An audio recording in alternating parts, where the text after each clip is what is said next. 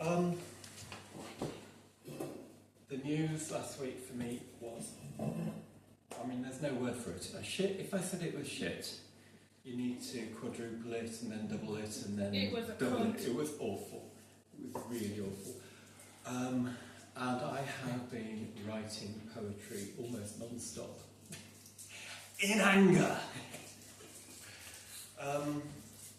I've got two pieces that I've written in the last week.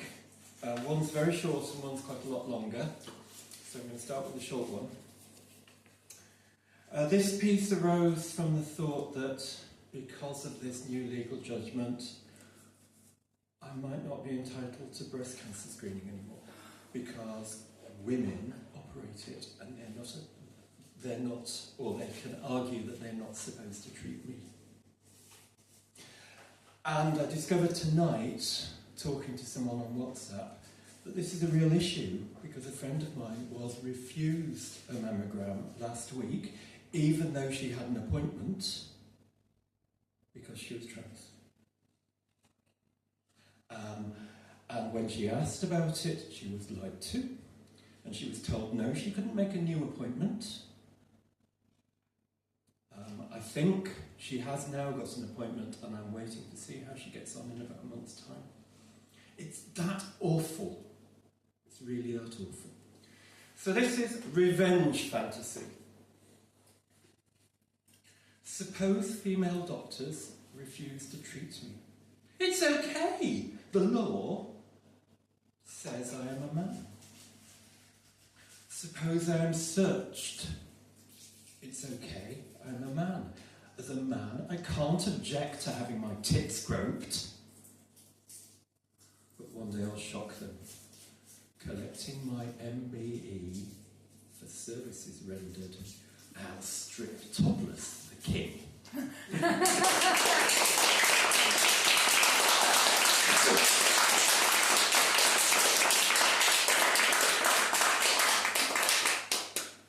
The next one turns to mythology, because I found what I think is a complete, perfect metaphor for the situation I find myself in Greek mythology. It's not a story I knew about before one day I accidentally turned on the radio and heard that there's a poem by Shelley about someone called Lamia. So this is about Lamia. Lamia was a lover of... I'll give you some background. Lamia was a lover of Zeus, and Zeus's symbol in the sky is the serpent Draco, which is a snake. She bore him children, and Hera, Zeus's wife, punished her by killing all the children and fixing her eyelids fully open so she couldn't sleep. To counter this, Zeus gave her the power to take in and out her eyeballs. At the same time, for reasons that are not clear, he changed her into a snake that can shapeshift and take on the appearance of an attractive woman. And then after this, the Greeks blamed her for absolutely everything. She was the bogeyman. She was the person you blamed. You warned your child, if you misbehave, Lamia will come and get you, all of that stuff. And she was blamed for miscarriages and any misfortune coming to women. And she was shunned in case she returns into her original form as a snake. So my poem is about Lamia. I was the mate of Zeus.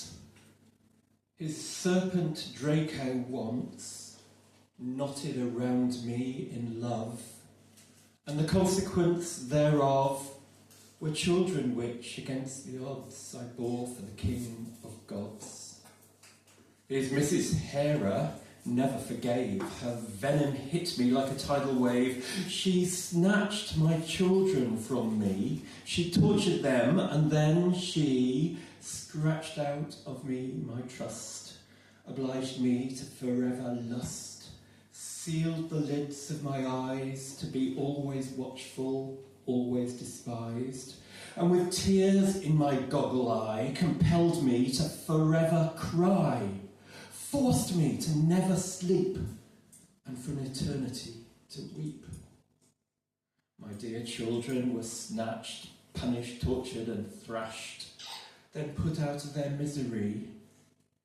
But I'm always bound by witchery, for she ensures my life's preserved. I'm always on guard, yet each day attacked. And in my sadness, my body's racked with such pain I can never forget. In infinite mercy, most kind, the great Zeus nobly intervened. Forgive my sarcasm on this day.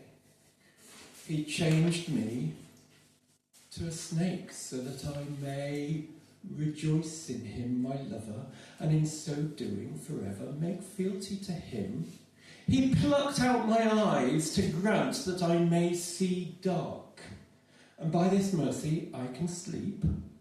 But he, in the wisdom of a monarch, allows me the grace to put them back to weep. Now at night, when I'm worn out, I drop them in the pot that I keep beside the bed. I am truly miserable and sad, but at least I'm the best me to be had. I am myself unloved alone. Meanwhile, Zeus has become a swan. I don't give a fuck to that, but of course he gives lots of them. Then they started telling lies. They don't know me, they just despise my living being for Zeus's crimes. So to discredit me, they make it up. These hurts they express are artifacts, but no one cares. Any lie is fine. No one bothers to check the facts. They say I peck wounds and bellies of women who are with child. For miscarriages I am blamed. They say mine are evil jealousies. I admit I'm jealous. Of course I am, but my jealousy is innocent, and I let them be. It's difficult to accept both their joy and my loss. Yet I won't take away such bliss from someone else, so I am cursed for all ills that women suffer. For pains they say I can't understand because I've never been a mother. I was a mother once, but they deny my history, say I'm just a snake. Say I'm not like them, I'm a fake. I'm blasted and they insult my name for the abuse they get from others. Abuse I receive too, just the same, yet I am accused of any atrocity committed by men against women.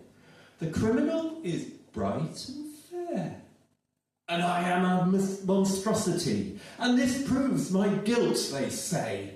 They say this to preserve their preferred status quo, to observe these lies and prosecute a bogeyman.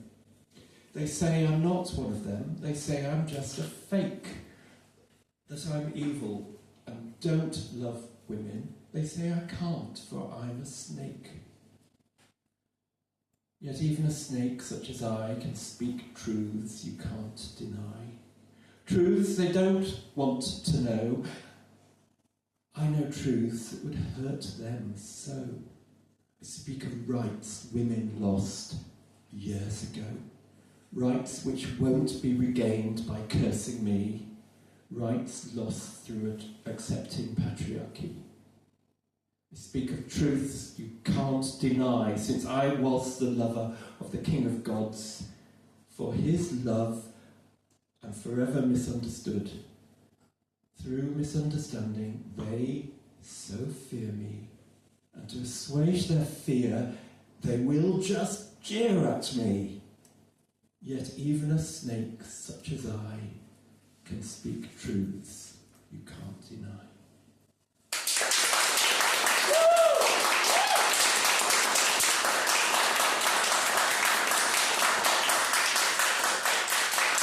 That was what I was planning to read.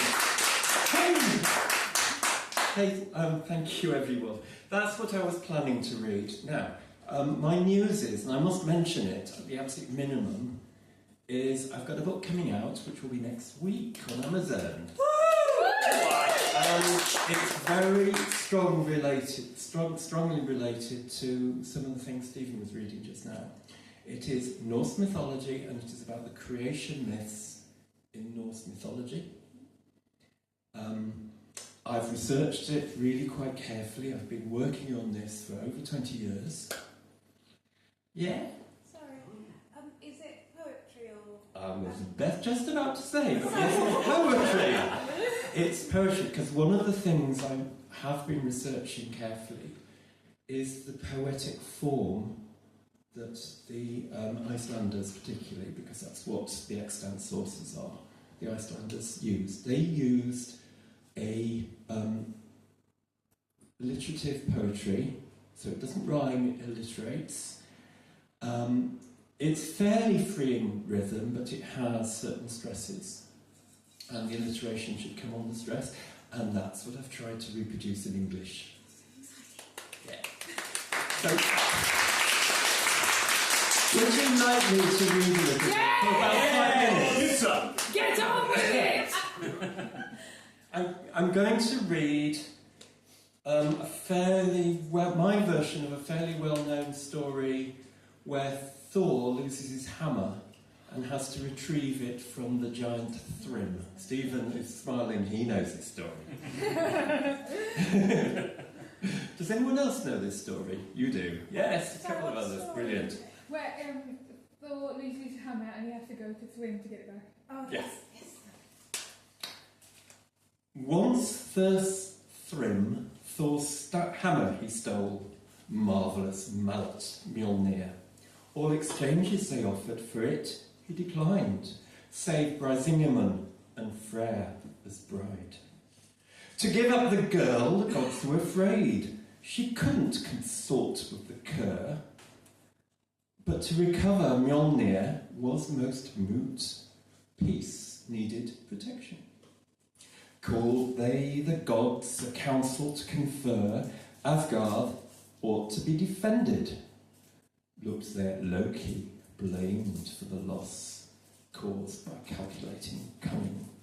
Then strove the Aesir to think up a stratagem, and Heimdall proposed a plan that Thor do daintily dress in Freyr's drapes and offer his all to the Ettin. With bridal gown and bride's white veil, the thirst Thrym might be tricked, believing the brawny one bonny Freyr to be, and swindled into surrendering the hammer. Thor was uneager to be garbed as a girl and bear the band of the Brisings. To be Thrym's virgin, he would not consent. I'll be buggered if I do that, said he. Listen, Thor, said Heimdall the White. This is the wet strategy to succeed. Loki's your helper, holding your hand, and will see this through by your side. So wended their way to the whereabouts of Thrym, with offerings of the Aesir for the Ettin, these two damsels dressed so daintily, prettily holding hands. In Thrym's bower, Thor at the banquet heartily helps himself to a whole ox and a flagon of mead, unbecoming behaviour for a bride. Thrym is most vexed. What variety of virgin gorges before she is given? What dainty damsel can devour such a meal and still be slim and seductive? But companion of the bride cunningly confided, O Thrym, be thou not afraid. This nubile has not eaten for 9 days and 9 nights. So anxious is she for your ardour. Thrym grudgingly grunts his agreement to this, but demands of his darling a kiss. Lifting Thor's veil, Thrym is not thrilled to see fiercely flashing fire. Thrym is most vexed. What variety of virgin has eyes as red as these? What dainty damsel can demean herself thus, and yet be youthful to yearn for? But companion of the bride cunningly confided, O Thrym, be thou not afraid, your spouse has not slept for so many nights, so excited to enter your embrace. O Thrym, it is time to complete the match. She's impatient for your passion. Your beautiful maiden is begging to be bedded. Thor glowered at Loki at this. O Thrym, bantered bridesmaid unabashed, it is time to deliver the dowry. Make yours the match and bring forth Mjolnir. See how she lusts for your love. The fiend then foolishly fetched up the hammer, laying it in the lap of the Virgin. And Thor, once he gripped it, roared as he wielded it, killing the cur in one blow.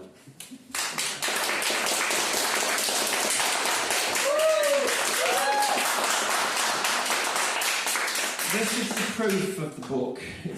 I'm clicking the button saying publish on Monday, so I'll leave